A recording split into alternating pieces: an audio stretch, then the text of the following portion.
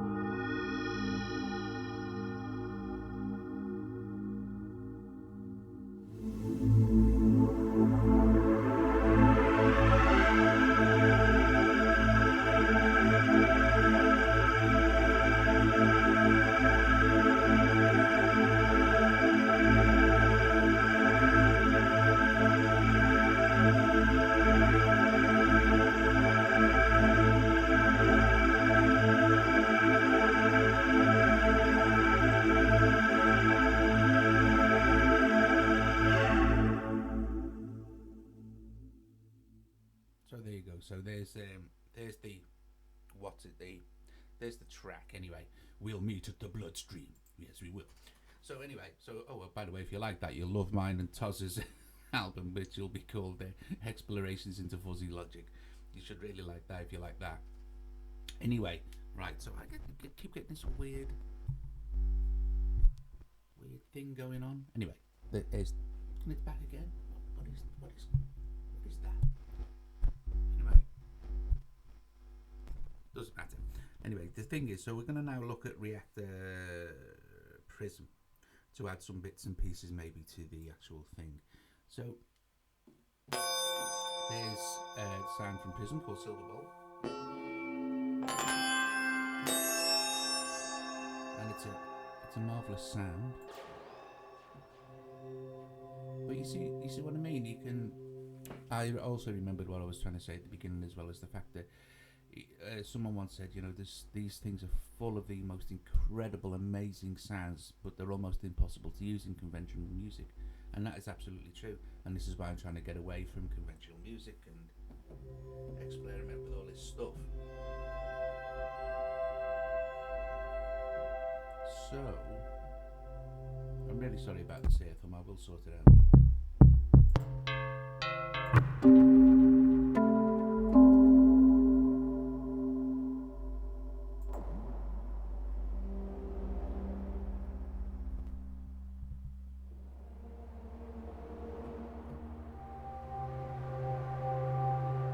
This is probably boring loads of people.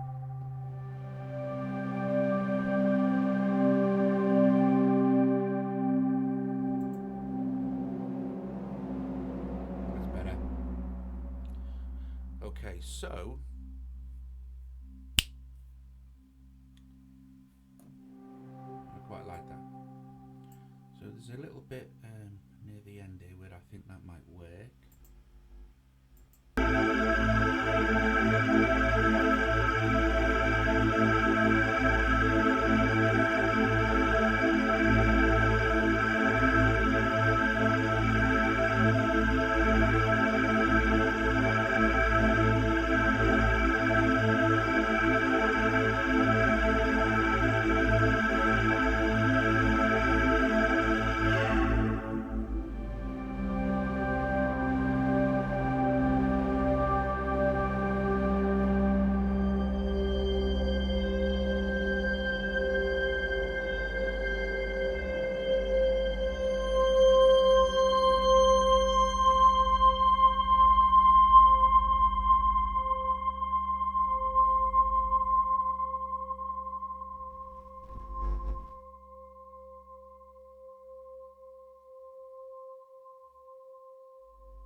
A really long tail, which is lovely. Oh, there you go. It'll come back in a minute. I'm gonna have to sort it out. Anyone got any suggestions? Good ones. Hang on. So yeah, I quite like that. That's nice that I can stay in. See, don't be precious. Let me just put a colour on it. And that's another thing as well. It requires very little musical skill whatsoever to do this. Just an ear for some nice sounds, and that's cool as well. And no need to really record with metronome. I'm going to do a tutorial on recording, composing with conventional kind of music without a metronome. It's much better. Right. Anyway, also as well, I'm kind of moving away from percussion and drums. Conventional. I like percussive instruments and stuff, but moving more away from the kind of your standard sort of drum patterns and stuff like that. Anyway, just let me have a quick listen to how that sounds once that fades in. I think that sounded quite good.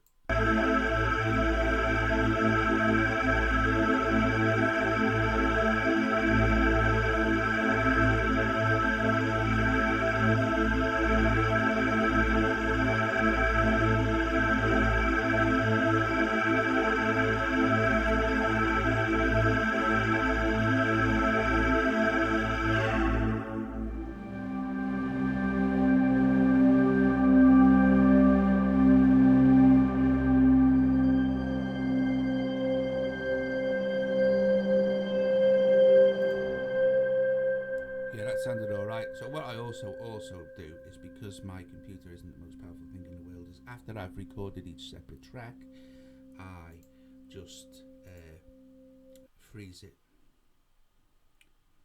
which stops my CPU from exploding. So this is just freezing that. And the more, sometimes it will freeze really quick, but the more kind of stuff you've got going on, it will take a little bit longer. So it's quite a big sound. Yeah, okay, guys. Also, as well, one last tip: if you're going to have a go at this, and I suggest you do, it's great fun. Is this microphone? I'm going to have to get another microphone. I'm going to have to. What to do is be aware of tonality as well. Pick a key like A minor or C minor, or the minor keys work nice, or the major keys, and kind of stick with that for wherever note you decide to hit or sound. Otherwise, it can start sounding a little bit too weird and not very pleasant on the ears, unless of course it's just special effects and drones and stuff. Anyway, hope you enjoyed that. Visit us at thesoundtestroom.com, subscribe to the channel, like the video, and yeah, I'll see you later. I think I'm going to do one with the iVCS3 on the iPad as well, because that'd be quite nice, but I might do that one just from scratch, just as build the whole thing up. Anyway, alright guys, I'll see you later.